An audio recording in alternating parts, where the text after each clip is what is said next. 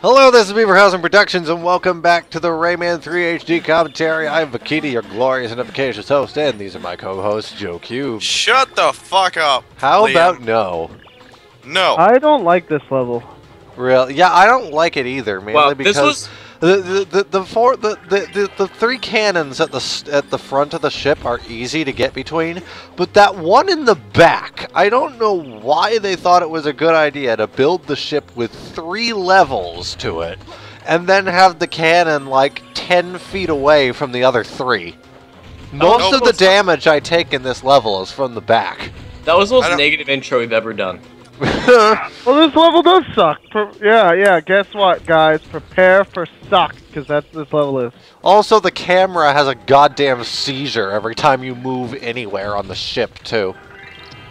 Really? Does he take his medication? I guess not. Okay. Was the camera a person like Kitu? I wish more games did that, honestly. I remember. You know, I saw that. That's what I'm doing in. That's what I'm doing in The Man. It's just another man holding the camera, and then that sets up the sequel to the game, Another Man. Oh my, that's actually a perfect title.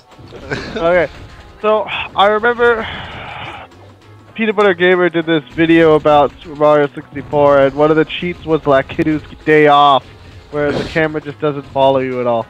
So, I actually started watching Peanut Butter Gamer recently, mainly because Alex made me watch him, and he looks a lot like Peanut Butter Gamer, apparently.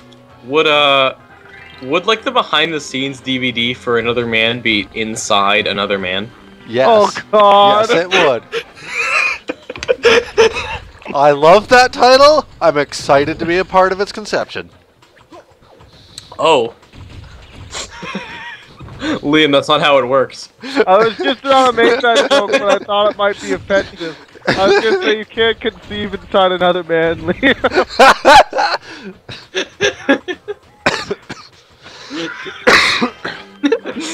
Josie, I'm sorry. How mad are you right now? Huh? I wasn't paying attention. What happened? Well, according to the movie Junior...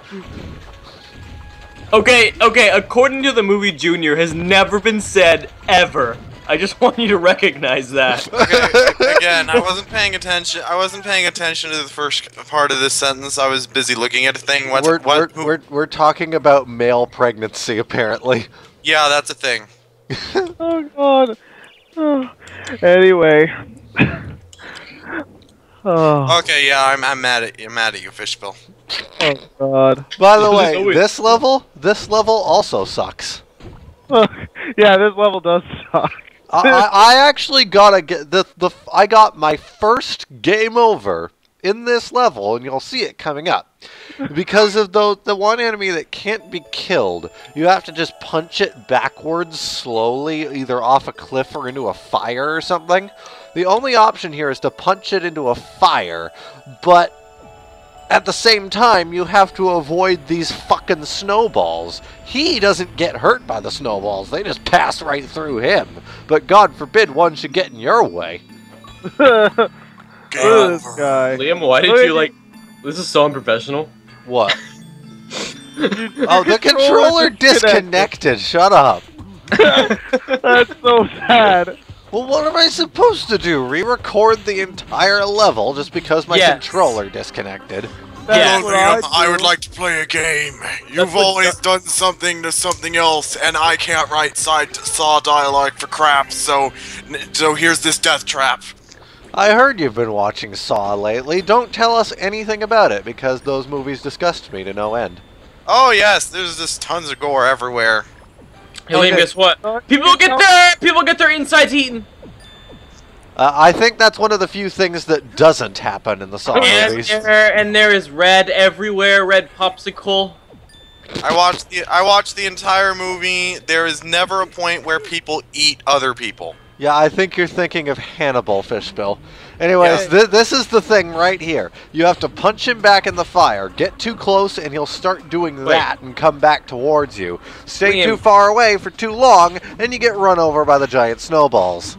Liam, your go-to Hannibal Lecter movie is Hannibal and not Silence of the Lambs? I don't know. I assume he hasn't seen any of them. So Yeah, I haven't, no. I wasn't even aware that Silence of the Lambs was a Hannibal movie until you just said it. I watched Silence of the Lambs. It's not scary, legitimately. The movie's not scary, but it's really good. Yeah. No, it's not. It's more or less just disturbing. Josie doesn't like Silence of the Lambs, and I still have no idea why, honestly. Josie, but they explain multiple times that the character's not actually transgender. Oh, right, I remember that now. Oh, yeah, God. Yeah, and the audiences that saw it were stupid, and there were actually lots of trans people that lost their jobs over that movie for some reason. There were? Honestly, What, Josie, idiot? even if that were, like, even if you weren't exaggerating there just a little bit, I think that's more, I think you just admitted to yourself that is the fault of stupid people misinterpreting the movie and not the movie itself. Well, I have a question. If society is so stupid that they'll misinterpret this movie, why was it made? Because I guess the director thought people were smarter than they actually are. That's not Josie, so you shouldn't make intelligent movies because some people are stupid? That's your reasoning, really? That is actually really dumb, I'm not gonna lie. Oh my God, I don't want to say that, but Jesus Christ, it really is. That's like, so should by that logic, 2001 should never have been made because people might misinterpret. There's a difference. Hey, let's keep the status quo and not advance our society because stupid people will be stupid. Okay, there's a difference between a movie like 2001: A Space Odyssey, because if people had misinterpreted that movie in the same way, then there would be people shooting babies into space for some reason.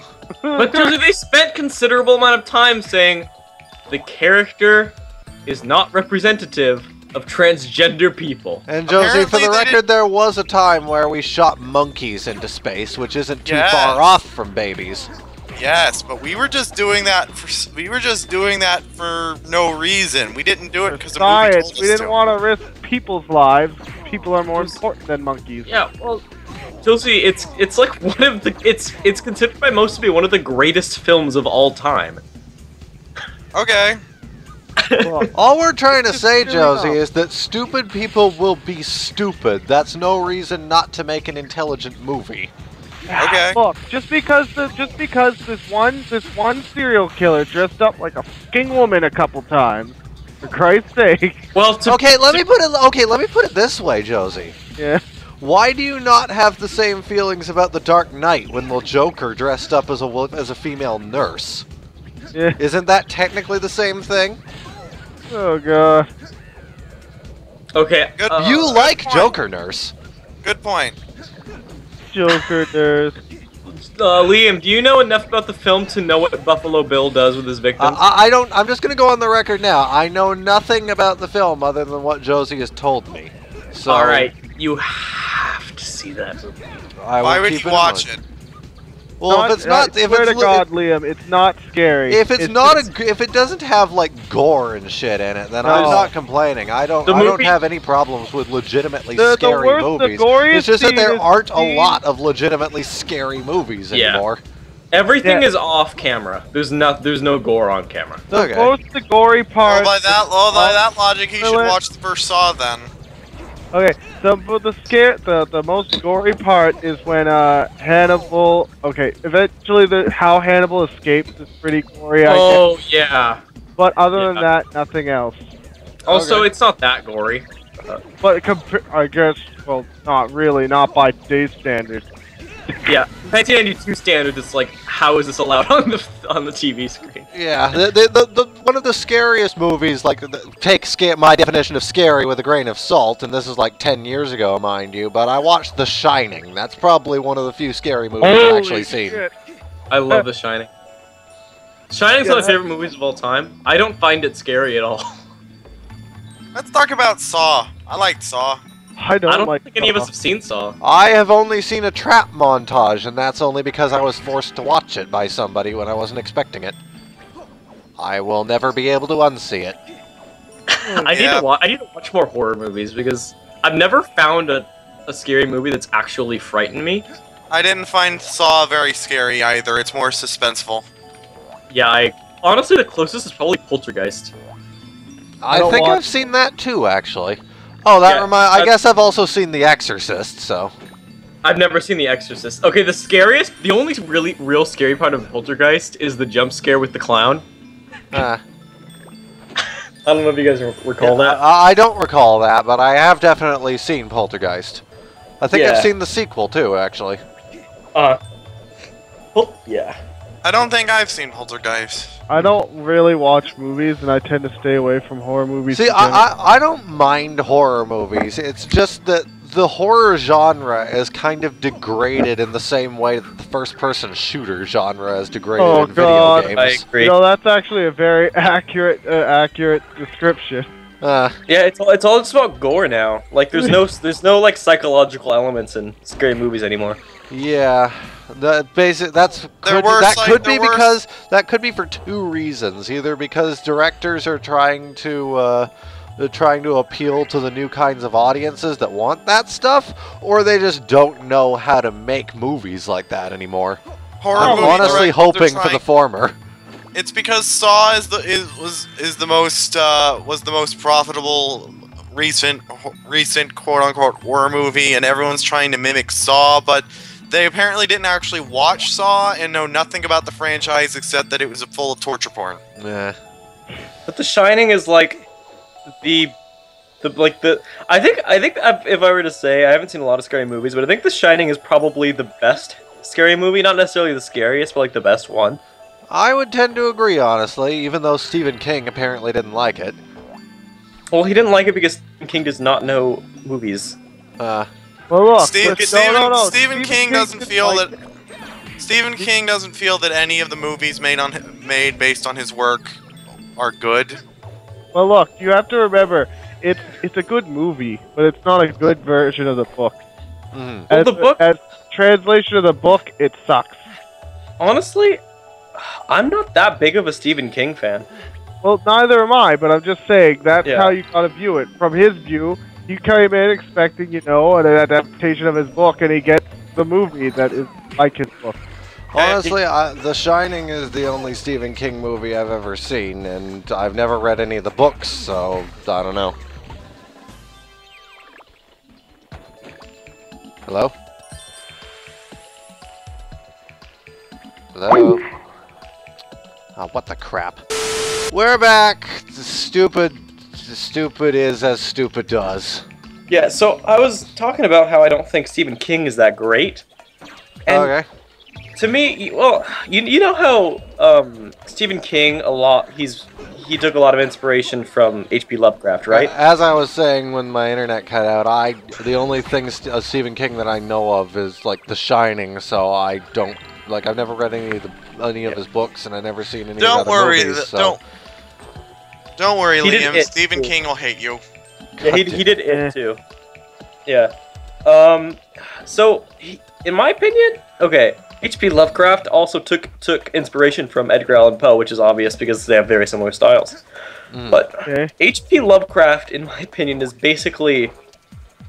I love H.P. Lovecraft, but he's like a watered-down Edgar Allan Poe, right? I think they should get Edgar Allan Poe to direct the next Stephen King movie. Yeah, they'll just dig him up and reanimate him. Yeah, and Stephen King is basically like a watered-down H.P. Lovecraft. So really what you get by the time you get to Stephen King is you just get bad prose and bad story, because he's so far removed from actual inspiration. Hey there, Mr. Zombie Edgar Allan Poe. We know you don't even know what a radio is, but can you direct a movie based on a guy who wrote a book? And it'll be like, brains! Ravens! Once upon a midnight dreary. I like pink cake. Time Squad. Red. Well, that conversation died. The rap battle of Edgar Allan Poe versus Stephen King. That'd be amazing. If there's not, there better be soon. Liam, shut up. You're a rap battle. Fuck. That contributed to the conversation. Yeah. I contribute all your face to your conversations. I love, by the way, how these guys just keep dropping out of the sky right on top of me. Alright, so why does Twilight Princess get so much hate? Because it's her Ocarina of Time 2, even though they all wanted that anyways. Dude, but it's so good! It is, I know! It's my second favorite Zelda game other than Wind Waker. I just beat the Arbiter's Grounds and it's like crazy. Oh, it is. By the way, Fishspill, I don't know if you know this already, but spoilers, there are no more Twilight. Why would you spoil it? He spoiled that there were spoilers. It's not a spoiler for the plot, it's just the gameplay. Liam, why would you spoil the gameplay, you dick? I don't want you to play spoilers. God damn it. I hate all spoilers, especially gameplay and plot spoilers. Missy's actually a shape-shifting penguin. Spoilers! I thought you were gonna, like, talk over me when I said that, and then it would be funny. I wanted to hear what you were gonna say. God damn it. What if I was actually going to spoil something for you? That would have been your own fault. I've already seen part 1 of the series finale of Doctor Who. I'm not afraid of you. Wait, series finale? They call seasons series there. Oh. Yes. So wait, is there gonna be does the Doctor regenerate after every season, or is it just like every few seasons? Every few seasons. Okay, good. So, I have a question. Yes. If it's called a series, then what do they call American series finales? Since you know how English words are really like cute, like chop boogly. It's just ridiculous. Yeah, Stuff I assume they call it a chop boogly. Well, Jonah, I found a ridiculous butthurt article from Zelda Informa pointing out why Twilight Princess is bad and how they could have fixed all the problems. So there you go. Apparently, Twilight Princess is the most flawed narrative of the Zelda series. Well, it's the only game with a clear narrative at all! According to Zelda Informer, but you have to remember, Zelda Informer is the website that loves Majora's Mask and Wind Waker like they're fucking, I don't even know like what. Dude, no other game in the Zelda series has a clear narrative! Okay, see? That's what it is. It's flawed! So it basically suffers from other M syndrome, according to them. Look, what? Man. So, I can say titles of video games too. I'm not paying attention to this conversation, but I'm gonna say Devil May Cry, Pac-Man, Space Josie, why are you not paying attention if you're in a commentary? We're probably gonna do Pac-Man World 3 next after Rayman's done, so that sort of contributed. We should do with Joe Cute. We should do Devil May Cry series. I like that idea. Alright, and we'll start with Bayonetta. Start with Bayonetta. My favorite Devil May Cry game is Mario Bro one.